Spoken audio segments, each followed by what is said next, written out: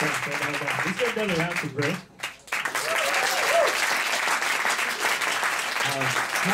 How are we doing in the back there? Can you guys still hear? Is everybody good? Okay, all right. All right, our next speaker is a second year MBA. A lot of you probably know. David Rabinowitz.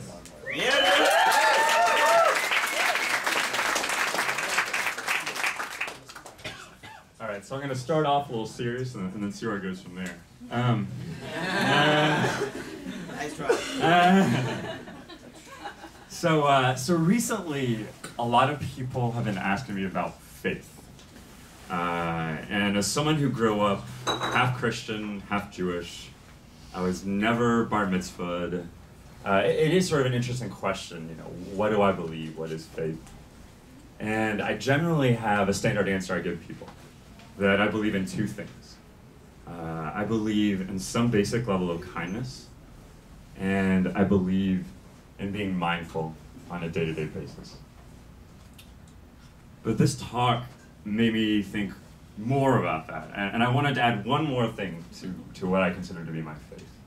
And that's imagination, and to some extent, magic.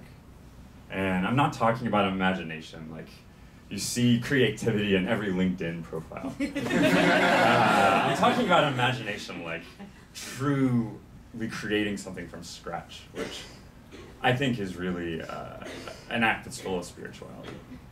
But speaking of which, I want to tell you a little bit about myself before I get into the stories.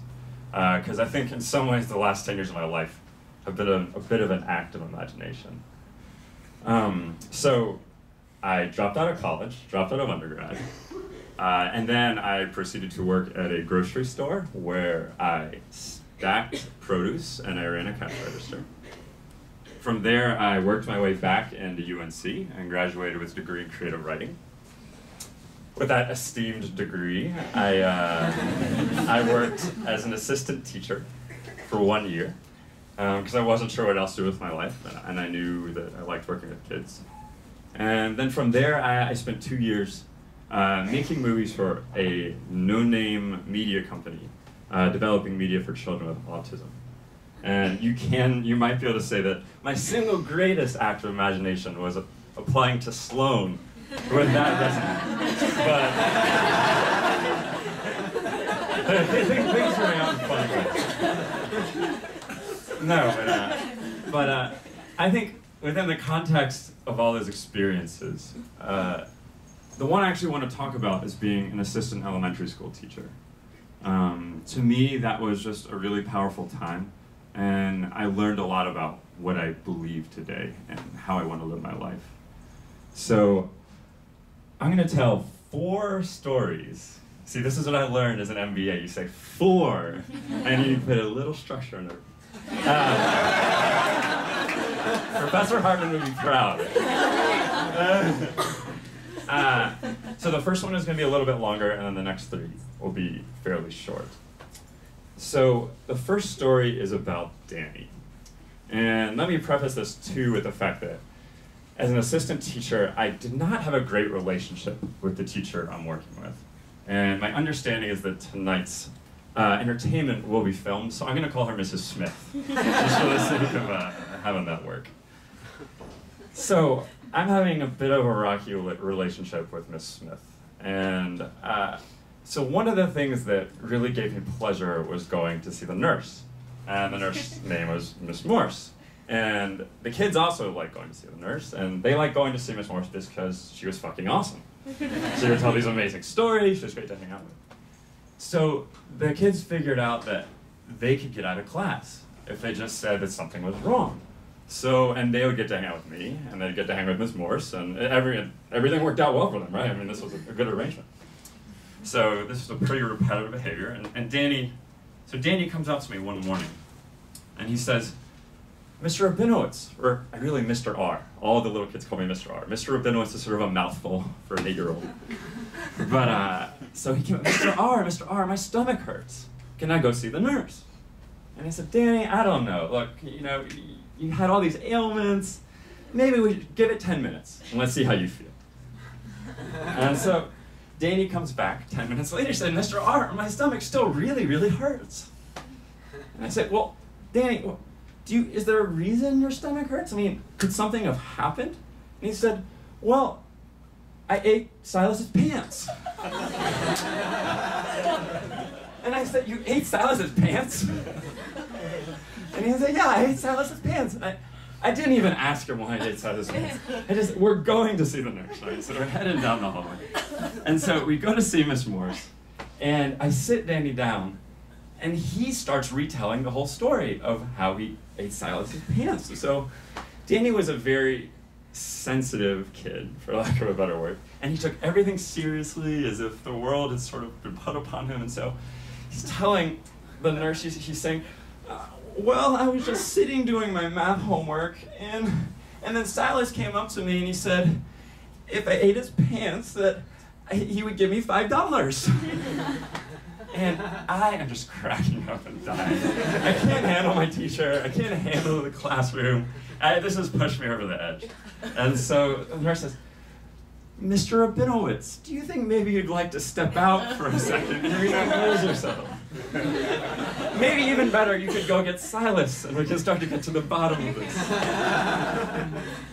So I go get Silas and bring him back. And this is in North Carolina, I should say. And the principal was a small, blonde, very southern woman named Miss Rickard. And all I hear from across the hall is, it's time for Silas to have a coming to Jesus meeting. Let me tell you, I don't think Silas knew what the inside of a principal's office was, let alone had ever even gotten close to going to one. I mean, this was the best little kid. But the story ends with Miss Rickard saying, I do not tolerate gambling in this school. And Silas, we hear him whimpering, I promise I'll give him the $5 tomorrow. So that's the first story. And I promise this is going somewhere. But the second story is about Laura, and really about a group of young women who I, on occasion, would have to walk the students somewhere between classes because they would be like, they weren't with their class. And Laura especially had a firm belief in fairies. She just absolutely authentically believed in them. And this, I think, is a fairly extraordinary thing to me. I mean, if we're thinking about imagination and magic. So I always wanted to get to the bottom of where the fairies were and how I could see them. Of course, I mean, that's what you want, right?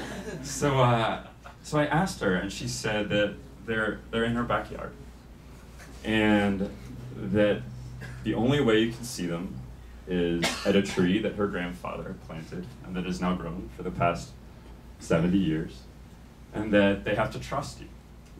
And I kept pushing her for more. I wanted to hear, I wanted to see these fairies.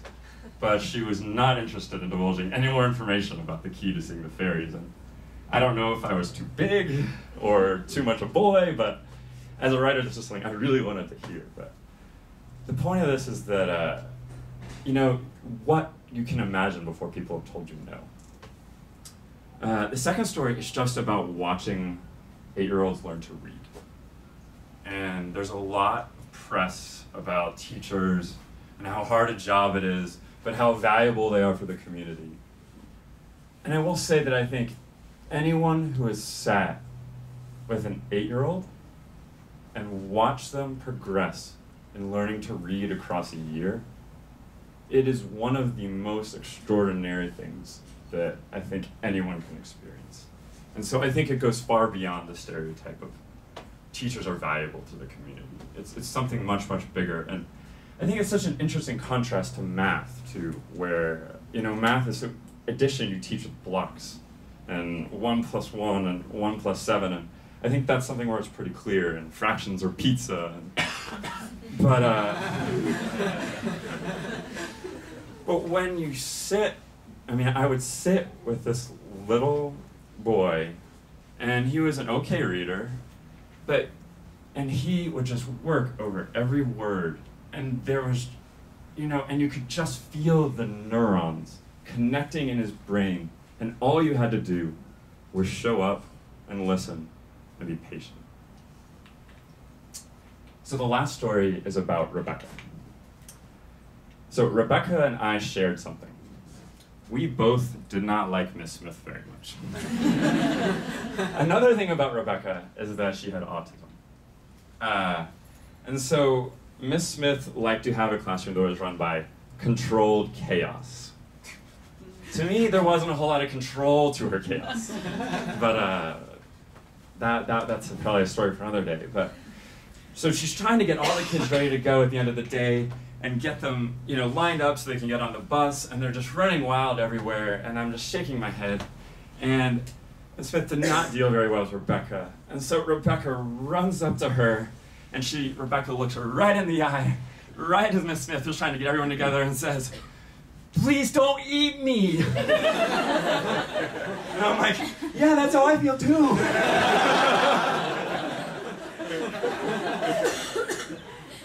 But no, there's actually a serious story with Rebecca. Is that she, if you've ever worked with children with autism, and I have to say I've worked with some, and not that many, but Rebecca had a very, very strong ability to think and do things.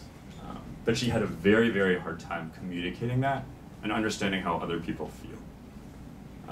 So I realized about a month into school that if you wrote down questions for Rebecca, she could answer fairly well. She could write and read and say yes and no.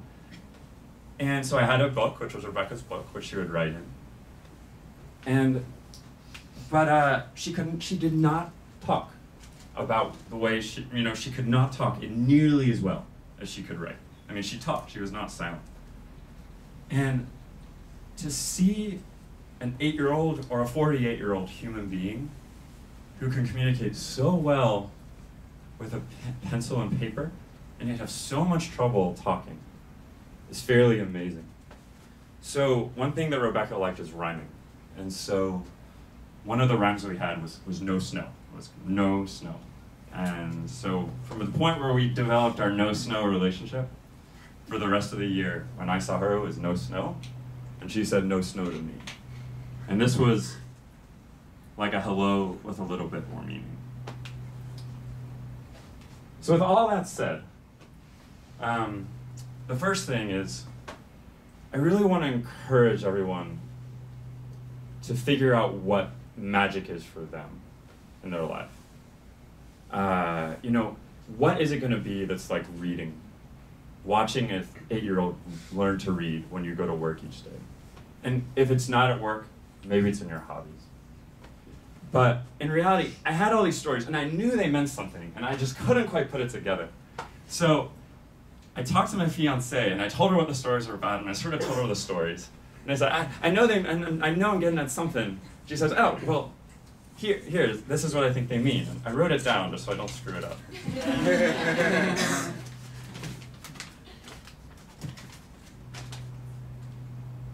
The only thing that limits you is what you imagine to be true. And I was like, oh yeah, that's what I was trying to say. I was like, this is why I keep you around. This is great.